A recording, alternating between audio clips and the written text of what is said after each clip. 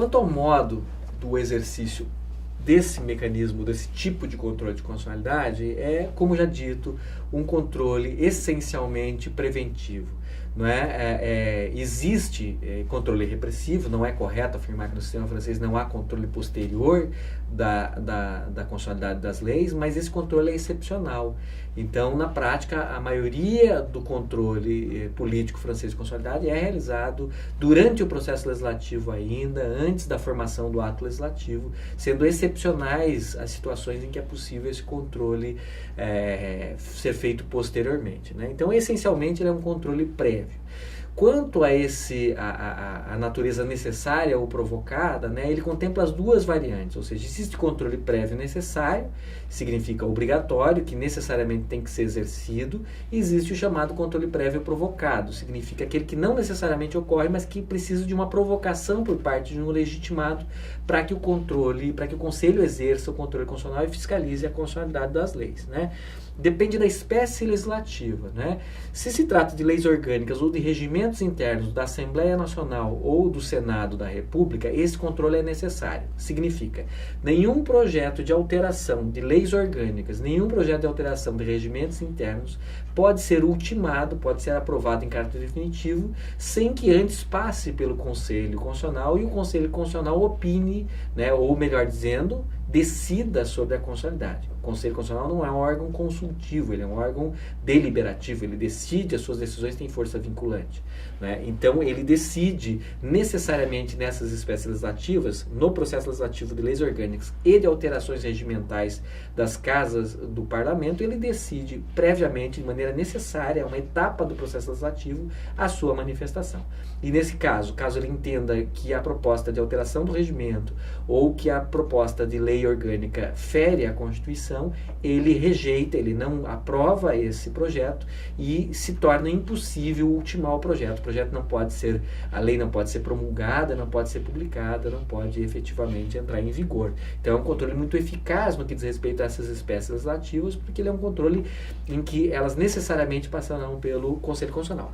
Com relação a outras espécies legislativas, notadamente as leis ordinárias, né, e os tratados internacionais, aí se trata de um controle que não é necessário, é um controle que pode ou não ocorrer, é um controle que depende de provocação, não é?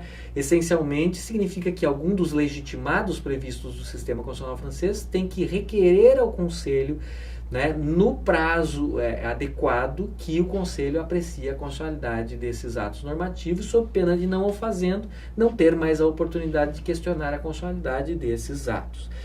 Antes de prosseguir explicando melhor isso, é importante explicar que as leis orgânicas são essencialmente uma espécie legislativa específica do direito constitucional francês, que diz respeito a leis que desenvolvem ou que organizam órgãos do Estado, órgãos integrantes dos poderes da República. As demais leis são as leis ordinárias. Então, no que diz respeito a leis orgânicas, assim como regimentos, como nós já dissemos, o controle é necessário. No que diz respeito às leis ordinárias, em geral, o controle é provocado. Tem que haver iniciativa de algum legitimado, que nós já vamos examinar quais são os legitimados a provocar o Conselho, para que o Conselho realize o controle de constitucionalidade. Né? Então, essa é a regra geral. Controle prévio, sendo ele necessário para as leis orgânicas e para os regimentos, e sendo ele provocado no que diz respeito às demais espécies normativas, especialmente leis ordinárias e tratados internacionais. No que diz respeito ao controle repressivo, existe essencialmente uma hipótese, né, no direito constitucional francês de controle posterior à entrada em vigor de um ato legislativo, uma lei aprovada pelo parlamento, notadamente. Né? Esse é um único caso, mas um caso importante de controle repressivo.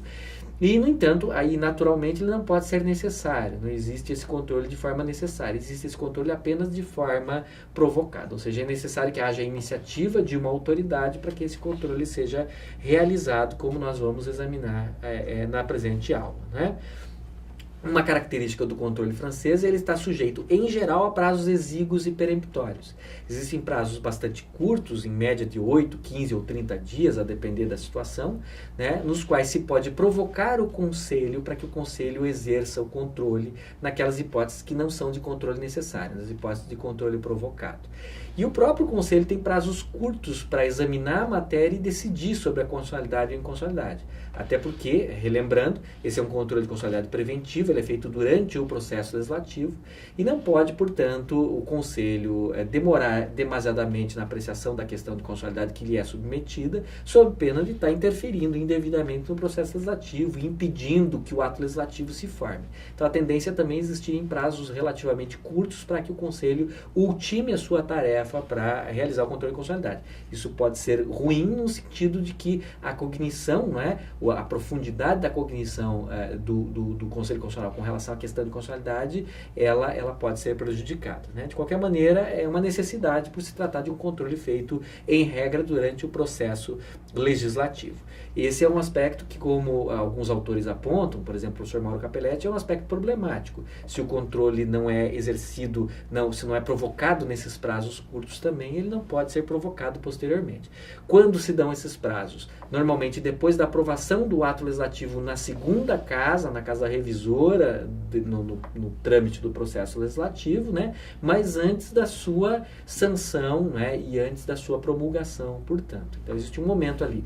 O ato legislativo já está aprovado pelas duas casas do parlamento francês, né? Mas ainda não está aperfeiçoado definitivamente. É nesse momento, em geral, que se tem aí a possibilidade de impugnar e exigir o exame pelo Conselho Constitucional. No que diz respeito àquelas matérias que não existe necessidade de provocação, que o controle é necessário, aí não tem esse prazo, mas é no mesmo momento que se dá a manifestação do Conselho Constitucional, ou seja, depois que a matéria já foi aprovada pela Assembleia Nacional e pelo Senado, aí o Conselho Constitucional exerce as suas funções fiscalizando ou averiguando a compatibilidade ou incompatibilidade do projeto já aprovado pelas duas casas do Legislativo para com a Constituição Francesa de 1958, a Constituição vigente, ou outras matérias que também, outros elementos, né, que também podem servir de parâmetro de controle de constitucionalidade, como nós veremos adiante.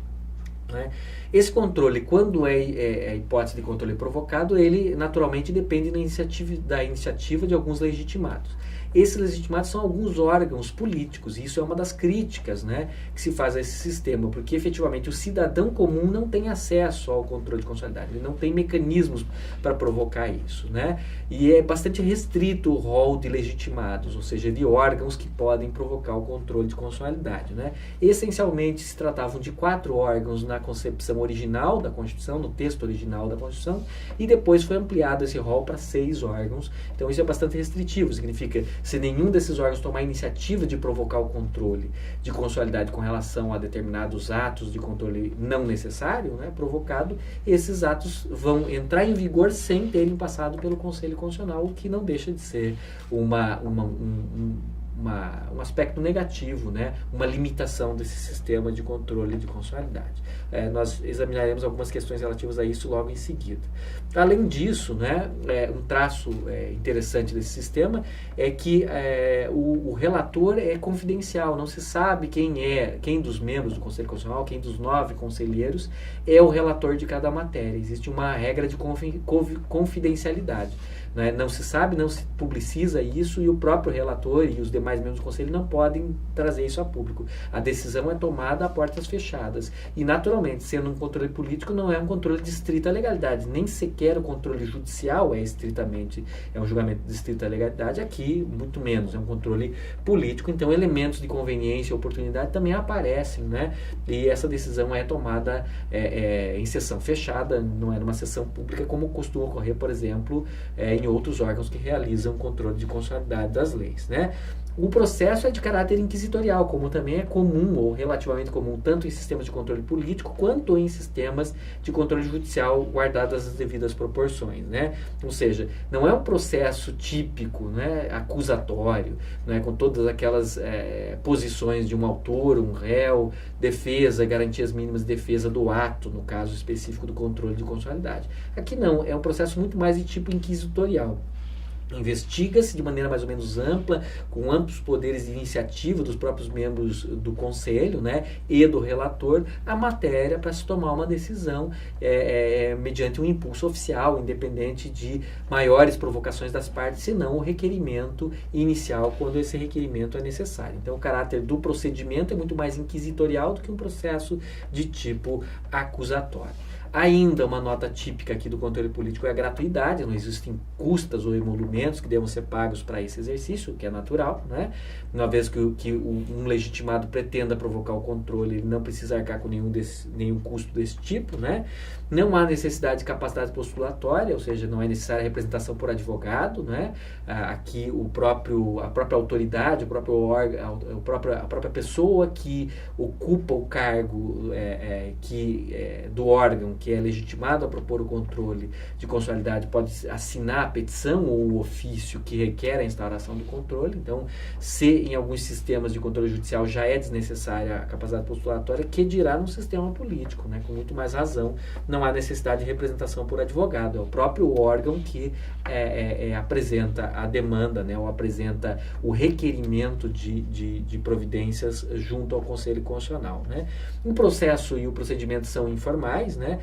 O modo geralmente se exige que seja escrito, né? Mas não há uma formalidade processual, né, para isso. Pode ser um simples ofício da autoridade que requer a instauração do controle encaminhado ao Conselho Constitucional, ou pode ser uma petição, né? Isso não é relevante, ambos vão ser recebidos, vão ser tratados, desde que sejam firmados por um órgão que tenha essa capacidade de figurar, de provocar o controle político pelo Conselho Constitucional. E a motivação é facultativa, ou seja, pode ser que a autoridade que propõe esse controle, ela argumente, né? Ela expenda argumentos numa espécie de petição inicial, né? Tentando demonstrar ao Conselho a sua tese, o seu ponto de vista, pelo qual ela considera que aquele projeto de lei é inconstitucional ou aquele tratado é inconstitucional, não é? Mas essa motivação, esse esforço argumentativo é facultativo. Caso não se deseje, também não é necessário. Pode ser simplesmente a indicação dos dispositivos constitucionais que a autoridade reputa violados pelo projeto de lei já aprovado ou pelo tratado que se pretende incorporar. E isso é suficiente. Então, a informalidade é uma das características também desse sistema de controle político, né? E como já mencionado em aula anterior, né, existem alguns atos imunes, né? Exatamente as ordonanças, que são atos legislativos adotados pelo Poder Executivo em função de delegação legislativa, e as leis referendárias, aquelas que são, depois da sua aprovação, submetidas a referendo popular, elas ficam imunes, elas não podem ser objeto de controle de constitucionalidade. Então, existe essa peculiaridade, essas exceções ao controle de constitucionalidade pelo Conselho Constitucional francês, né? Originalmente, os legitimados a deflagrarem esse controle eram 4 autoridades, como já dito: Presidente da República, Primeiro-Ministro, Presidente da Câmara e Presidente do Senado. Eram essas 4 autoridades, essencialmente, que tinham a capacidade de, eventualmente, requerer o controle ao Conselho naquelas hipóteses em que o controle não é obrigatório, né? Isso fazia com que, em boa medida, o controle não fizesse sentido, porque, em geral, essas autoridades são as que estão envolvidas diretamente no processo legislativo, não é? Seja na fase de discussão e deliberação no legislativo, seja, posteriormente, na fase de sanção ou veto ao projeto. De modo que não fazia muito sentido essa atribuição de legitimidade, era demasiadamente restritiva. Foi por uma emenda à Constituição francesa aprovada na década de 70 que se ampliou o rol e se previu mais 2 hipóteses, né? As hipóteses segundo as quais 60 deputados ou 60 senadores também poderiam propor, não é, que o Conselho examinasse a constitucionalidade de determinadas leis, de projetos de leis ordinárias ou de atos de aprovação de tratados internacionais, e a partir daí isso começou a ter um sentido mais importante no sistema constitucional francês, na medida em que a minoria no parlamento era capaz de provocar o controle de constitucionalidade. Então, alguns autores, né, que examinam o sistema constitucional francês falam que a partir da década de 70, esse controle passou a ser uma espécie de estatuto da minoria parlamentar, de modo que ela poderia, diante de um projeto de lei inconstitucional aprovado pela maioria, por exemplo, recorrer, né, ao Conselho Constitucional para tentar exatamente impedir que o ato inconstitucional que ela reputa, ou o ato que ela reputa inconstitucional, se tornasse um ato legislativo definitivo e, a partir dali, não imodificável, senão pela aprovação de um outro ato legislativo. Então,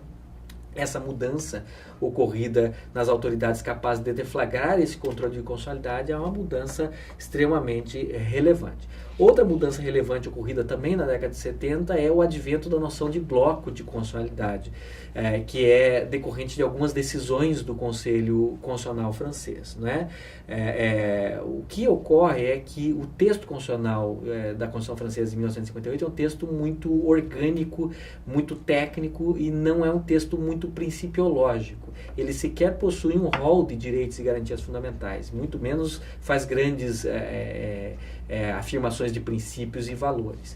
Então, o Conselho Constitucional encontrou alguma dificuldade em encontrar parâmetros para realizar o controle de constitucionalidade em algumas situações específicas, não é? E ele teve, portanto, que ampliar o parâmetro de controle de constitucionalidade. Ele fez isso em algumas decisões, afirmando que não apenas os 92 artigos originais da Constituição Francesa de 58 servem de parâmetro para o controle de constitucionalidade das leis e outros atos do poder público, mas também o preâmbulo dessa mesma Constituição. Então, diferentemente do direito brasileiro, em que se entende que o preâmbulo não é vinculante, aqui no direito francês o preâmbulo é reputado como vinculante, como obrigatório.